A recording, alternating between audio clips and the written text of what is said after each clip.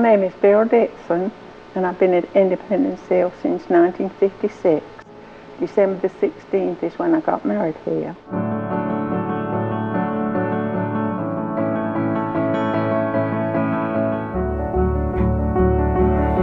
And I've been here ever since and enjoyed every minute of it.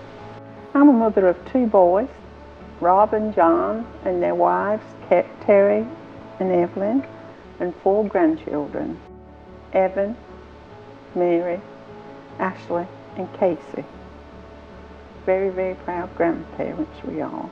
My name is Anne Marie Moore, and I'm actually new to Independence Hill. I've been here since January of this year. My husband and I joined, I believe it was towards the end of February. I have a daughter. She is 3 and a half, and my husband and I have been high school sweethearts. We started dating my senior year in high school, and I'm an only child, so I'm spoiled, I should say. But my daughter will be the same. She's the only grandchild on both sides.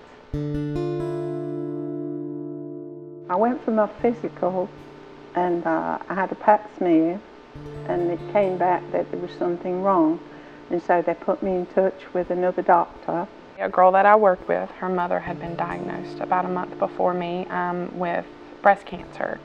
And one afternoon I had a pain in my right breast and just happened to, thought maybe something bit me, and put my hand there and I felt a lump. About 3 weeks later I went to the doctor, and the doctor said that they did not think it was anything. But however, they were going to send me for a mammogram. They told me I needed a DNC, and then from the DNC they found out that I had the ichthyosis carcinoma, and I needed an operation, so I had that done. 2 weeks later, I went for a mammogram, and they told me it looked very suspicious, and they wanted to do a biopsy that day. So I was officially diagnosed April the 20th. I had a double mastectomy on May 9th, and I started chemo June the 9th, and did 6 rounds of chemo and 33 rounds of radiation. And then I needed some chemotherapy, and I had 6 treatments of chemotherapy. And I got through that fine, and I was pleased that I didn't get sick one time with it. The first thought, of course, is death. I just knew I was going to die, and I didn't know how long I was going to live. And my daughter was 17 months old when I was diagnosed. And I remember the weekend between the 5 days between my biopsy and my official diagnosis. I mean, because they pretty much said it looked like cancer. We just needed to confirm. And I was shopping that weekend. We were at the beach, and I was looking at Christmas ornaments, and I thought, I probably don't even need to buy them because I don't know if I'm going to be here. It scares you a little bit, and then you think, well, why did it happen to me? And then you think, well, why shouldn't it happen to you? And you hope that it never happens to your children or anybody else in your family. And then you're always hoping that you live around to see all your grandchildren married and got families, you know. You know, I knew I had a good family, and I knew they would raise my baby. And she was my gift, and she was what got me through this. The reason why I got up every day and went and, you know, fought as hard as I could. You know, and she was, when I lost my hair, I really thought that would affect her, but no, she would point and say, "Mommy, hair, Mommy, hair." Now, my mannequin heads did freak out my husband a little bit, right. But he did ask I turn them around. I think that is one of the things that you're a little bit leery of, is when you have to have your hair cut off. And I was determined that when my hair started coming out, Robert shaved it off, because I wasn't going through just a bit at a time. And within an hour, he'd gone to Frank's barber shop, and he got his hair cut too, so we'd both be bald-headed. And it was just that closeness for both of us, you know.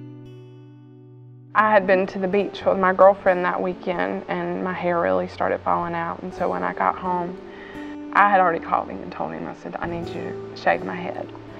And so I walked in the house, I'm like, where's the clippers? And he was like, well, can't we do it later? And I said, no, we're doing it right now. So he shaved my head, and I wore my wig for the first time to dinner that night, and I felt like everyone was looking at me. And it ended up, nobody ever noticed.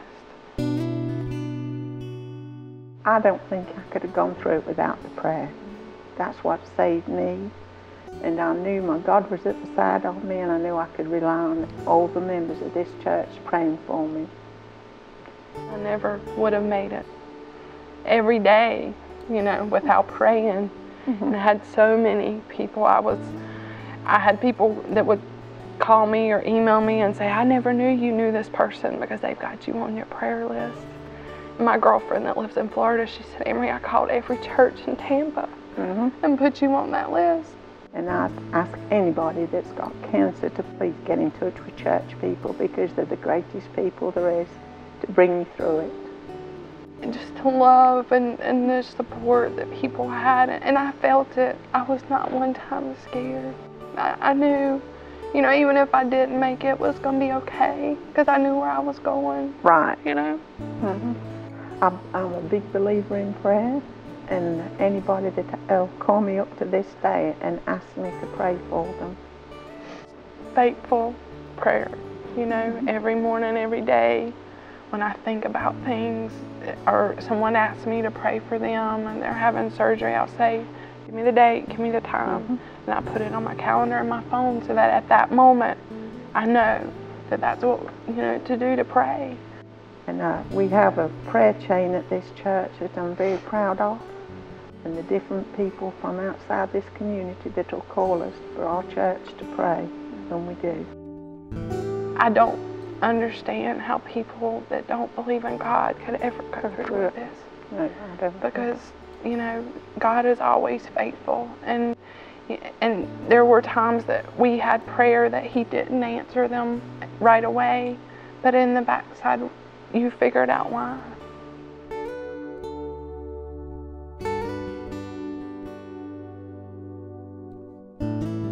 I'm happy to say I'm 10 years free of cancer.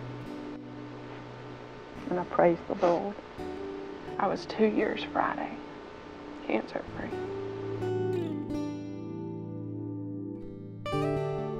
My theme to when I was going through cancer, my saying was, you only have to be strong for today and just one day at a time.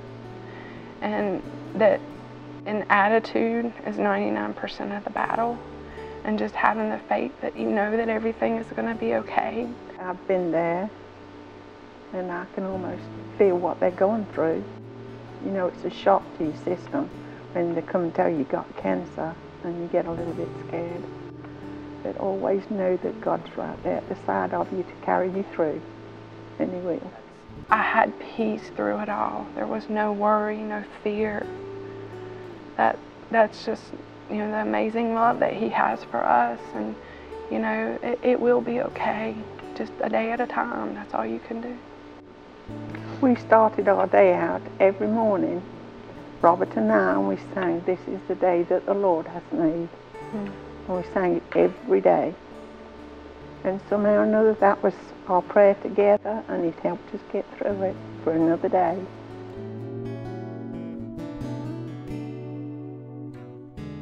Finish this statement. Prayer is the only way to go. Everything. Prayer is Everything. And we become friends That's for life. right, exactly. Yes.